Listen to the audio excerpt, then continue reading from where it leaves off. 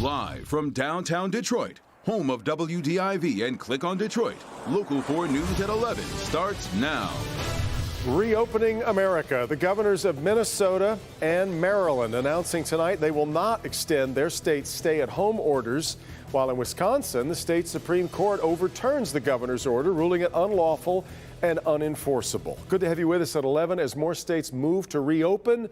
Governor Whitmer giving no indication either way if the stay-at-home order will be extended or lifted when it expires, and that right now is scheduled to be May 28th. During her briefing, the governor says the stay-at-home order has prevented 3,500 more deaths. The state today reporting 370 new cases and 40 new deaths. The governor says 31,000 state employees will take a series of temporary layoff days through late July, saving the state up to $80 million. There's another protest planned at the Capitol tomorrow morning, but this time the legislature will not be in session. Yeah, hundreds of armed protesters attended the last demonstration. The state police and the attorney general making it clear tonight they will not tolerate unruly behavior. Mara McDonald is live in Lansing tonight. Mara, now originally at least the Senate was supposed to be in session.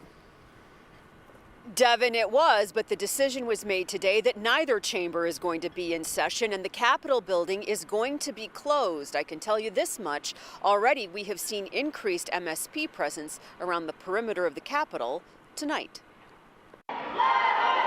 April 30th, hundreds of protesters descended on the Capitol,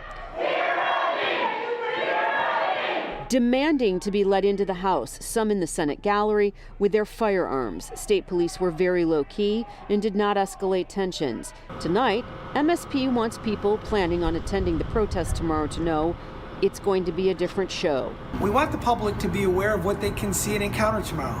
You're going to see a lot of police presence. You're going to see troopers who are going to be walking around on the grounds. You're going to see some of us on bicycles. If you're lucky enough, you might even see a canine or two. The AG is saying people who get out of control will be ticketed and prosecuted for disorderly conduct and disturbing the peace. The Capitol building being closed will change the dynamic from the last protest, which had one Detroit senator deciding she needed to put on a bulletproof vest.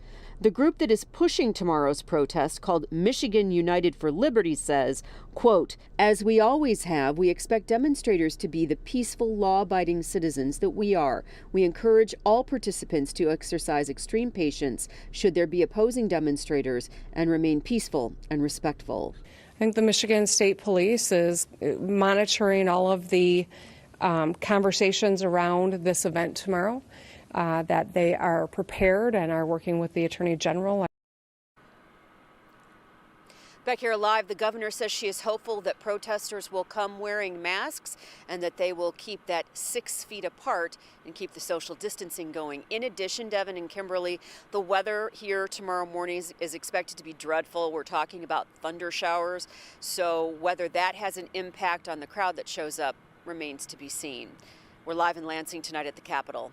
Back to you. Well, what are you hearing tonight, Mara? Do you think we're going to see tickets handed out for the social distancing issues we saw the last time around? People not wearing masks, people not following the other protocols? I think that the AG's office is unclear whether that would actually be enforceable in a court of law, Devin. So I think if you ask me tonight, I think no, there aren't going to be any tickets issued for people not adhering to the social distancing. Could that change by tomorrow morning? Possibly. I just get the feeling that they don't want to write tickets, but they will. But they're looking at things more like, disturbing the peace and stuff like that. All right, we will all have an eye on Lansing tomorrow morning. All right, Mara. The city of Detroit is expanding free coronavirus testing. Mayor Mike Duggan says all Detroiters aged 60 and older can be tested at the state fairground without a prescription. 84% of the Detroiters who have died this month were aged 60 or over. And so everybody's infectious, children included. But as far as the way it's attacking our bodies, the attack on the breathing, the clotting, so much more we're learning is much more fatal to those who are over the age of 60. The mayor hopes to be testing 2,000 Detroiters per day by next week. The new testing will start tomorrow. Proof of residency will be required. A mid-Michigan barber has had his license suspended now for defying the governor's order to stay closed, but he is cutting hair until he says the official notice arrives. 77-year-old Carl Mankey made national news when he opened his shop in Owasso last week, saying he needed to make money to pay his bills. He says he's being deprived of his right to work and he won't be intimidated by the suspension. They feel they have to make an example of me. They feel they have to intimidate all the other barbers from opening up by doing whatever they can to shut me down. Well, I'm not falling for that intimidation. I mean, well, let them do whatever they think they want to do, but I'm not going to be intimidated. Mankey's attorney says if he stays open after being served, he could face up to a year in jail for the misdemeanor and up to a $1,000 fine. A push is underway by some gyms to allow them to reopen. Places such as yoga studios and personal training facilities argue they've been mistakenly lumped in with big box gyms. Jason Colthorpe reports tonight on their efforts to gain the governor's attention and what might happen if they do. Outdoor biking and hiking trails like this one have become very popular, especially right now while gyms are closed. However, there's a group of gyms and workout studios that are making a push to reopen. Doesn't sound like you're afraid of going back to the gym. No, I need to. As long as things are spaced out and I don't have to wear a mask, I would be okay. Movie theaters, restaurants, bowling alleys, gymnasiums, all that kind of stuff. Yep, I would wait until there's a vaccine. Reopening gyms is a tricky subject, but not all gyms should be considered the same under the governor's order. It doesn't seem like we're part of the plan. At least according to Dr. Tina Kinsley. In addition to being a physician, Kinsley also owns Strength Depot in Plymouth. She's leading a coalition of other small gyms and has come up with a safe reopening plan for facilities with fewer than 250 members. Fitness in general is a $10 billion a year industry. 42% of that industry is small.